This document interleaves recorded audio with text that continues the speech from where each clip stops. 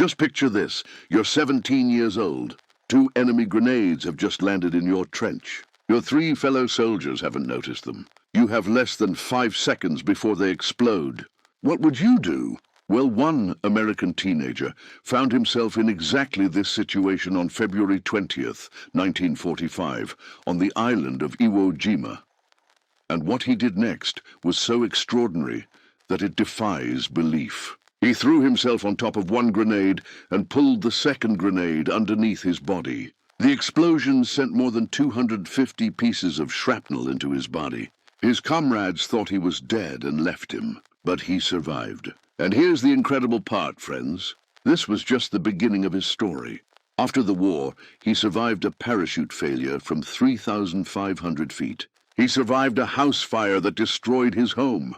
He even survived a murder plot by his own wife. He appropriately titled his autobiography Indestructible.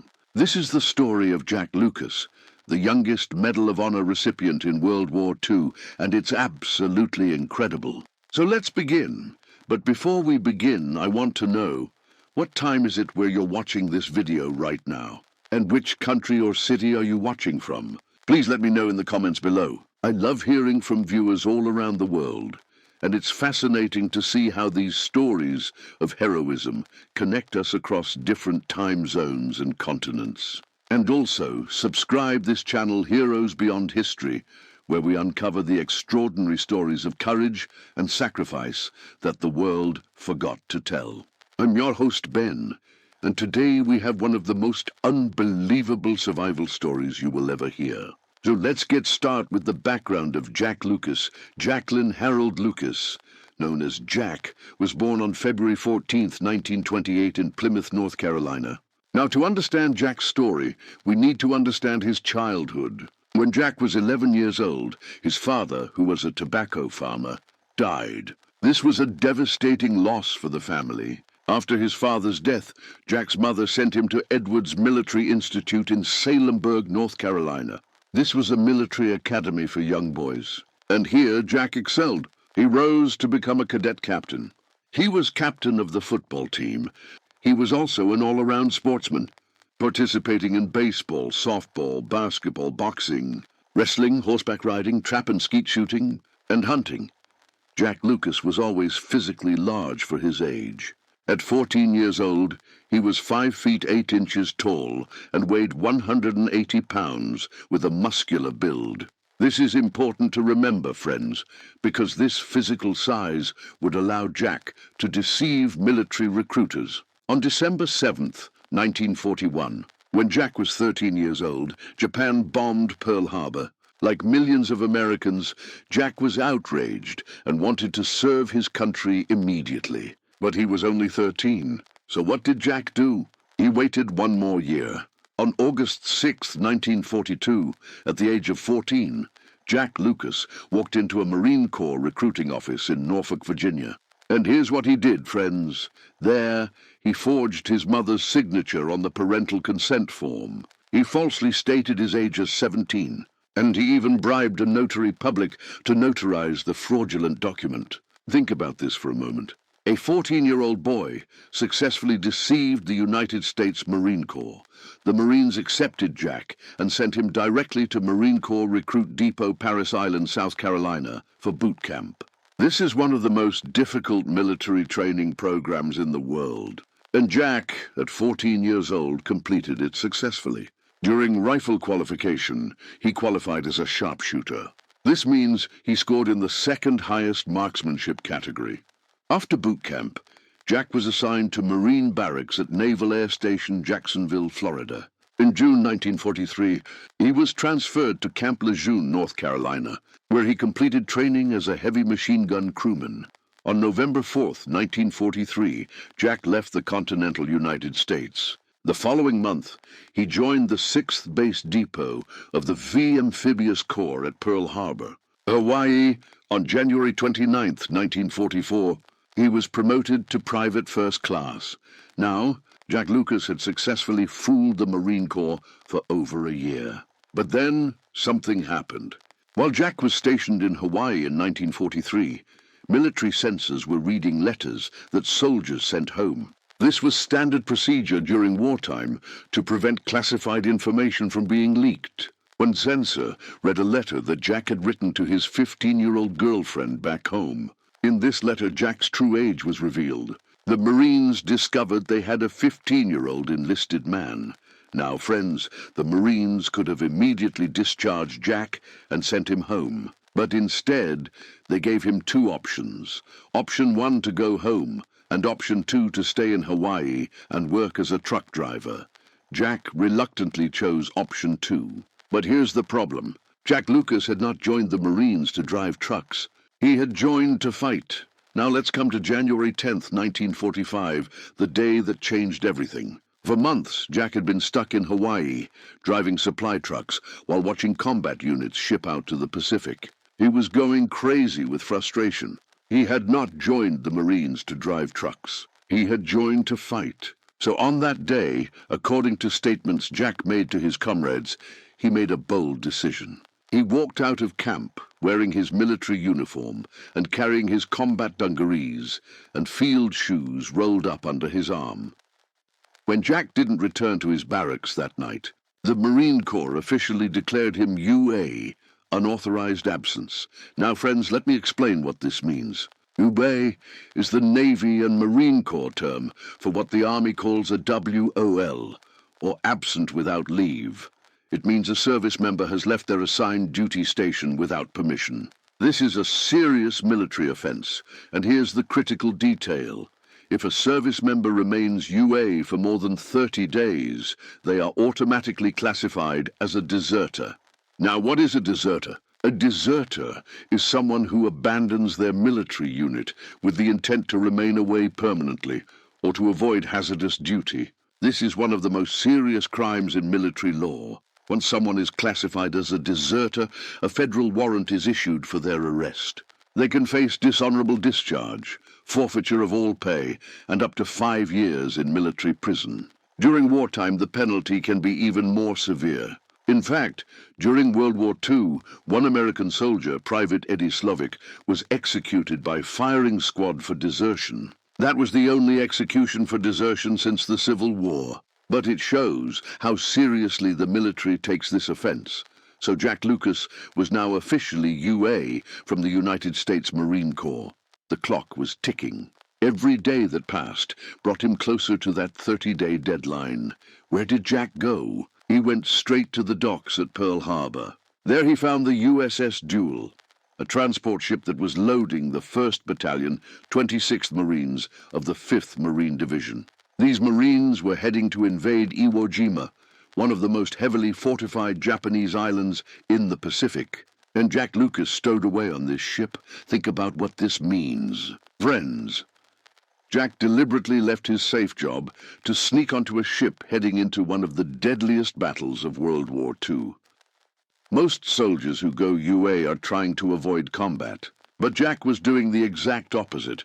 He was risking court-martial and prison specifically to get into combat. This is the irony of his situation. Desertion typically means fleeing from danger. Jack was fleeing toward it. Now, friends, think about what this means. Jack was hiding on a ship, the USS Duel, which was transporting over 1,000 Marines of the 1st Battalion, 26th Marines, to one of the most dangerous battles in history. He had no official assignment. He had no rations, no bunk to sleep in, no authorization to be there. He was technically a fugitive from the United States Marine Corps. According to later accounts, Jack survived primarily on breadcrumbs. But he wasn't completely alone in his secret mission. Fellow Marines aboard the ship discovered him hiding. And here's the remarkable part. Instead of reporting him, they protected him. These understanding Marines, who recognized Jack's burning desire to fight for his country, secretly shared their food with him. They kept his presence hidden from the officers. For nearly a month, Jack lived in hiding on that ship. The days passed slowly. January became February. And with each passing day, Jack knew he was getting closer to that critical 30-day mark. Back in Hawaii, the Marine Corps had already taken action. They had officially declared Jack a deserter. They had offered a reward for his capture. A federal warrant would soon be issued. Jack was in serious trouble. Finally, on February 8, 1945, day 29 of his unauthorized absence, Jack made his decision. According to official records, he dressed himself in neat, clean dungarees. He made himself presentable. Then he walked up to Captain Robert Dunlap, the commanding officer of Company C, and surrendered himself. He had turned himself in with exactly 1 day to spare before the 30-day automatic desertion classification would take full legal effect.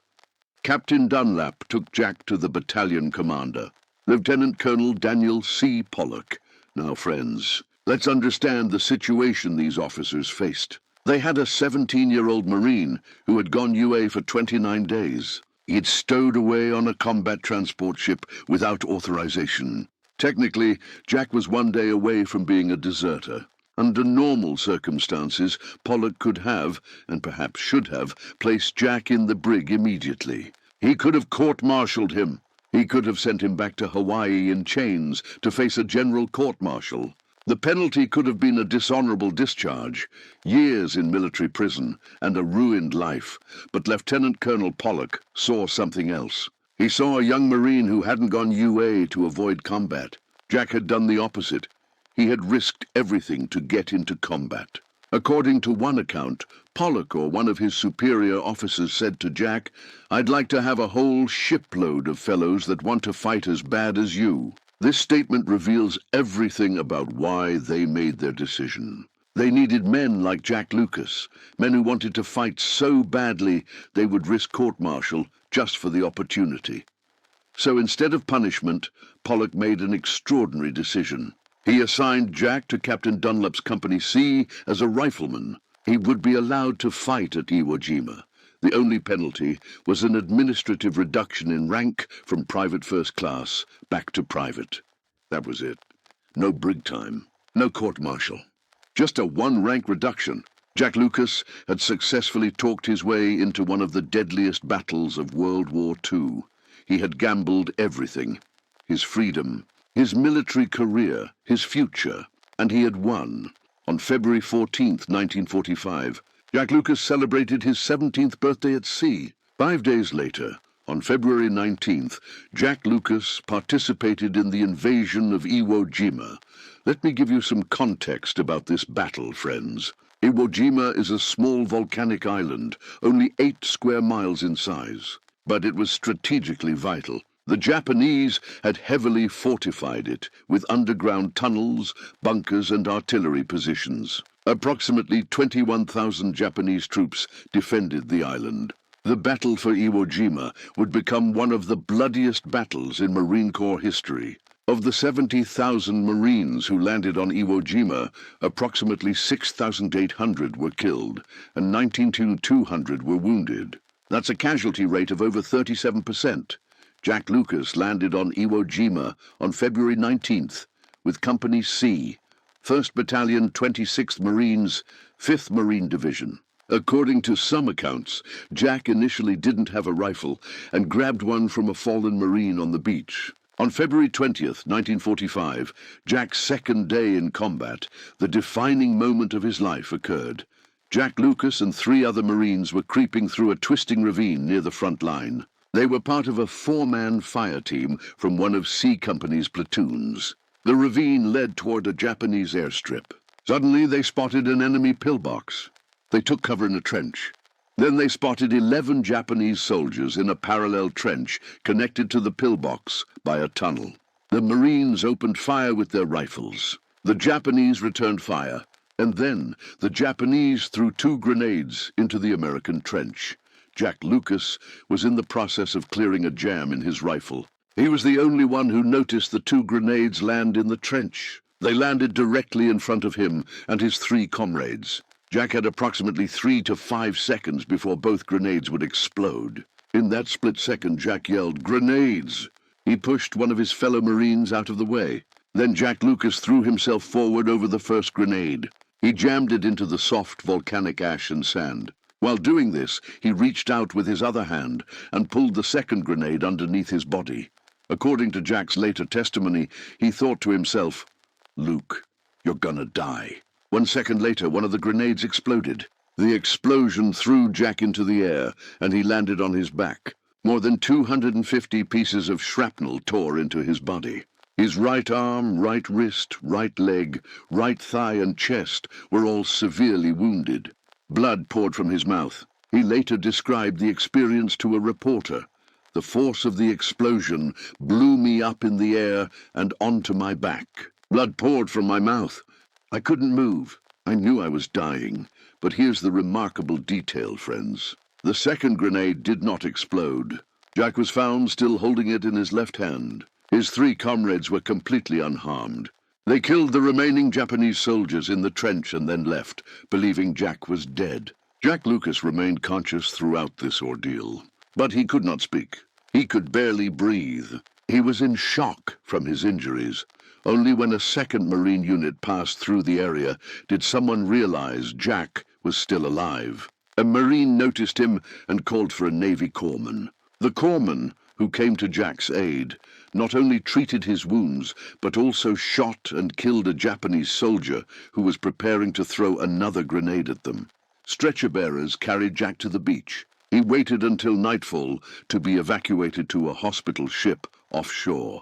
All the hospital ships were full, so he was initially placed on a cargo ship being used as a hospital. He was eventually transferred to the hospital ship USS Samaritan. Now let's look at the medical data, friends. Jack underwent his first surgery aboard the ship. Over the following months, he would undergo between 21 and 26 operations to remove shrapnel from his body.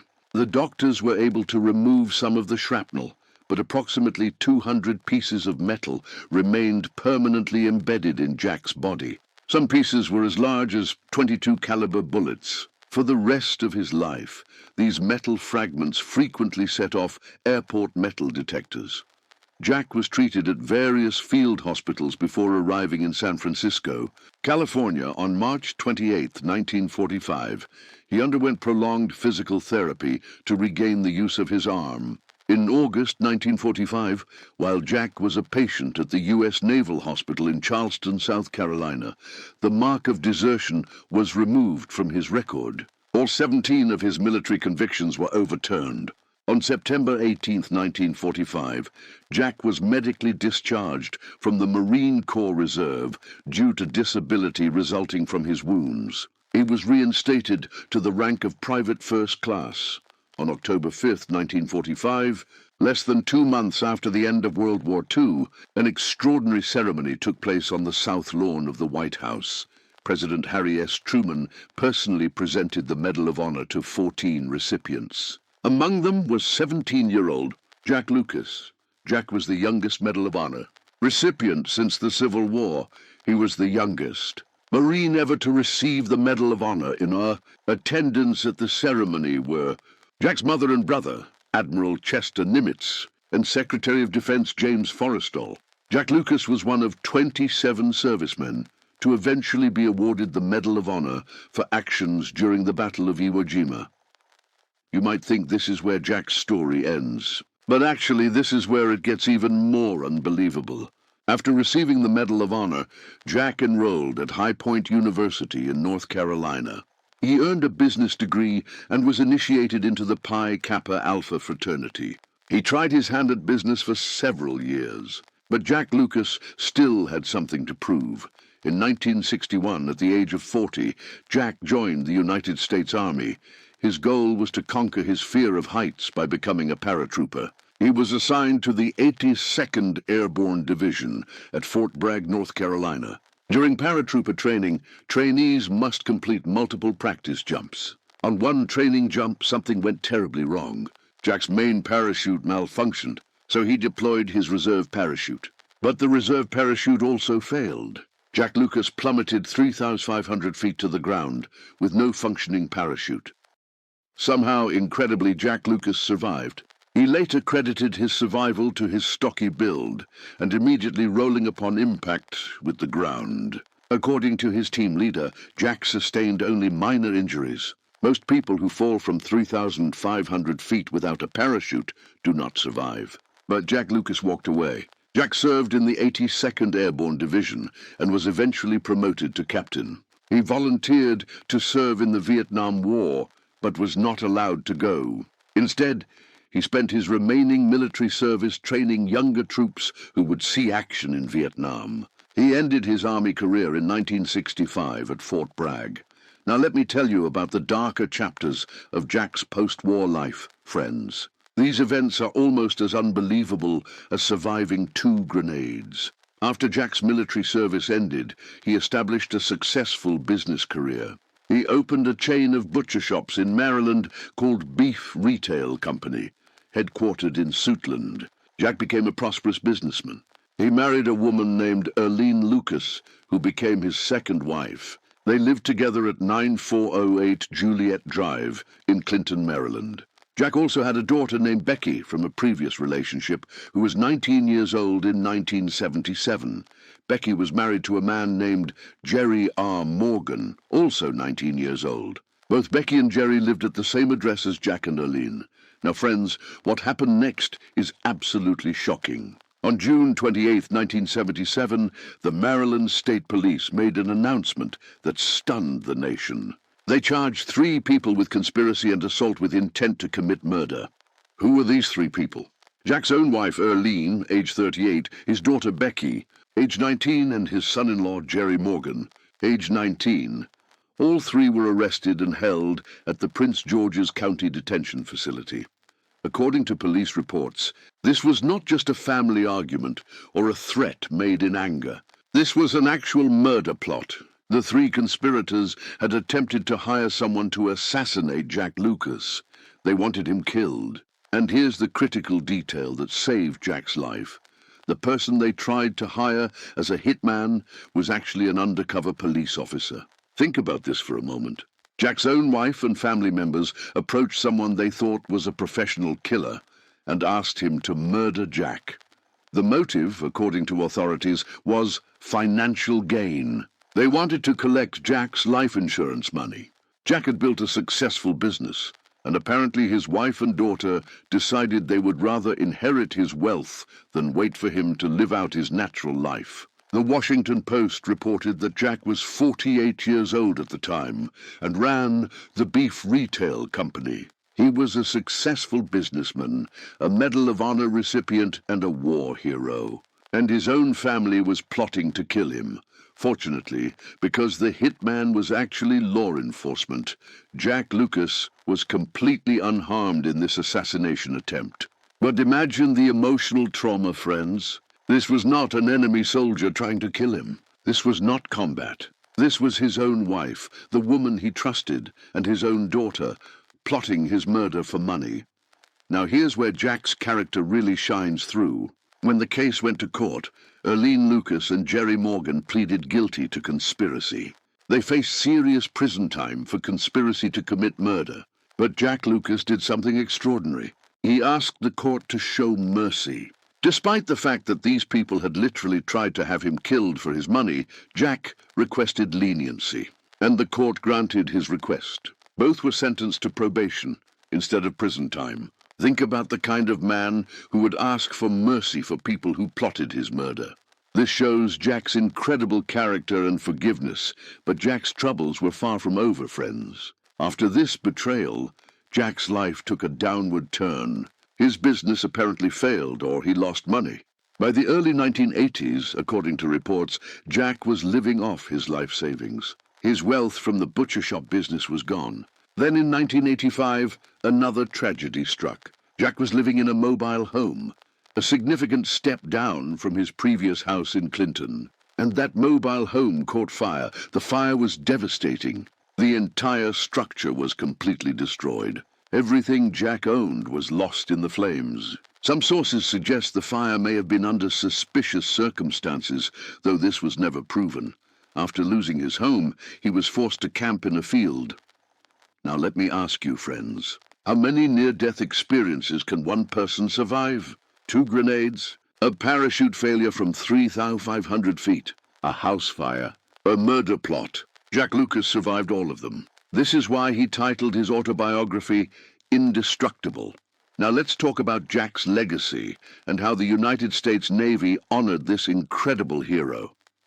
In 1997, When the keel of the USS Iwo Jima, LHD-7, was laid at the shipyard, Jack Lucas was invited to participate in a very special ceremony. Now, friends, let me explain what a keel-laying ceremony is. The keel is the structural backbone of a ship.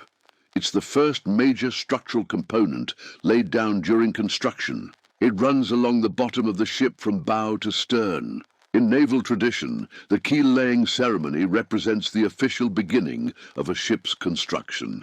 It's one of the most important milestones in building a warship. At this ceremony, Jack Lucas did something extraordinary.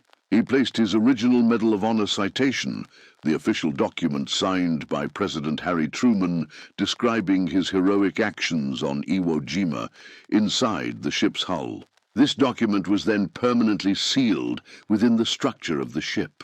Think about the symbolism of this, friends. Jack's Medal of Honor citation, describing how he threw himself on 2 grenades to save his fellow Marines on Iwo Jima, is now literally part of a ship named USS Iwo Jima. That citation remains there to this day, embedded in the steel backbone of the vessel. Every sailor who serves aboard that ship is literally sailing with Jack Lucas's heroism built into the very structure beneath their feet. The USS Iwo Jima, LHD-7, is not just any ship, friends. It's a Wasp-class amphibious assault ship. These are among the largest warships in the world. The ship was christened in the year 2000 and has served in numerous operations since then. So for over 2 decades now, Jack Lucas's Medal of Honor citation has been sailing the world's oceans, protecting American interests and projecting American power. This is how a grateful nation honors its heroes, by making their sacrifice a permanent part of its naval heritage. Now let's move forward to August 3rd, 2006, another significant day in Jack Lucas's life. By this time, Jack was 78 years old. He had lived an incredible life, surviving 2 grenades, a double parachute failure, a house fire, and a murder plot.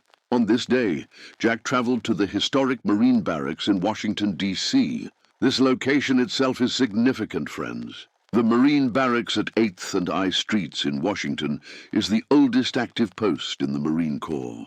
Established in 1801, it serves as the ceremonial home of the United States Marine Corps. At this ceremony, Jack Lucas, along with 15 other living Marine Corps Medal of Honor recipients, was presented with the Medal of Honor flag by Commandant of the Marine Corps, General Michael Hagee. The ceremony was enormous and deeply moving. Over 1,000 people attended. Among the attendees were family members, friends, fellow Marines, military dignitaries, and government officials. Imagine the scene, friends. 16 living Marine Corps Medal of Honor, recipients, some very elderly, all standing together. These men represented decades of Marine Corps history, from World War II to Vietnam to more recent conflicts. Each one had performed an act of extraordinary heroism that earned them America's highest military decoration. And there among them was Jack Lucas, the youngest Medal of Honor recipient from World War II. Now an old man, but still standing tall. When Jack was asked to speak at the ceremony, his words revealed everything about who he was. He looked at the young Marines in attendance and said, "To have these young men here in our presence, it just rejuvenates this old heart of mine. I love the Corps even more, knowing that my country is defended by such fine young people." Think about what this statement tells us, friends. Here was a man in his late 70s who had served his country with extraordinary courage 60 years earlier, and he wasn't focused on his own accomplishments. Instead, he was expressing joy and pride at seeing the next generation of Marines. He said it rejuvenates his old heart.